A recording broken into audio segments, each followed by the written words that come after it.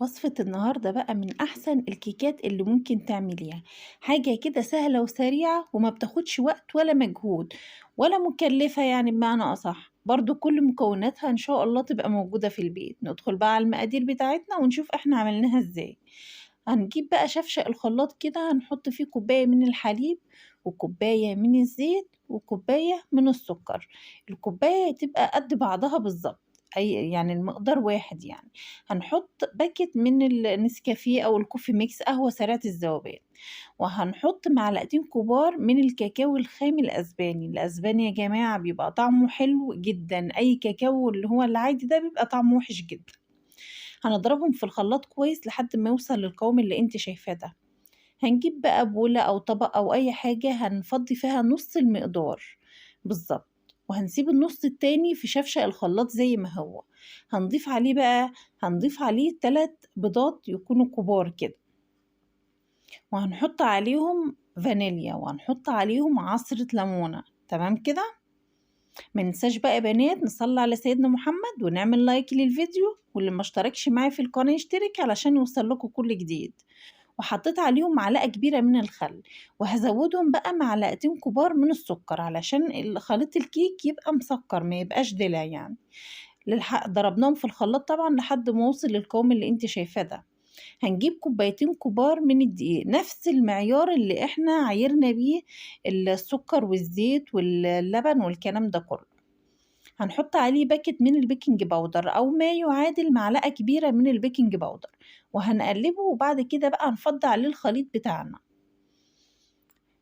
وهنقلبه بقى كويس جدا. طبعا يا جماعة الدقيق مش كله زي بعضه، يعني ممكن أنا قلبته كده لقيته محتاج شوية حليب تانيين، زودته عادي جدا. ممكن ما يحتاجش معاك، يبقى الدقيق بتاعك غير الدقيق بتاعي. فاحنا هنحط الخليط بالظبط، مش هنزود حاجة لحد ما نشوف القوام عامل ايه معانا. هنجيب صينية بقى دهنها دهنة من الزيت. شايفين القوام؟ أنا عايزة القوام ده بقى. هنفض بقى الخليط بتاعنا في الصينية وهنفرده كويس جدا علشان يبقى كله زي بعضه، مش قطعة تبقى تخينة من يمة ورقيقة من يمة تانية.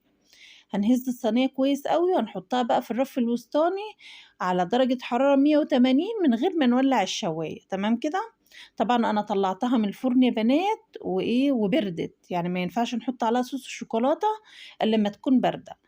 طبعا ده صوص الشوكولاتة اللي احنا عملناه في اول الفيديو، اللي خدنا نص الخليط بتاعه حطيناه عجننا بيه الكيك بتاعنا، فردناه كويس جدا. وبعد كده بقى يعني انت ممكن تزينها باي حاجة. انا بقى عندي قطعة من الشوكولاتة كده بشرتها وهحطها فوقيها وبس كده. احنا كده خلصنا الكيك بتاعنا.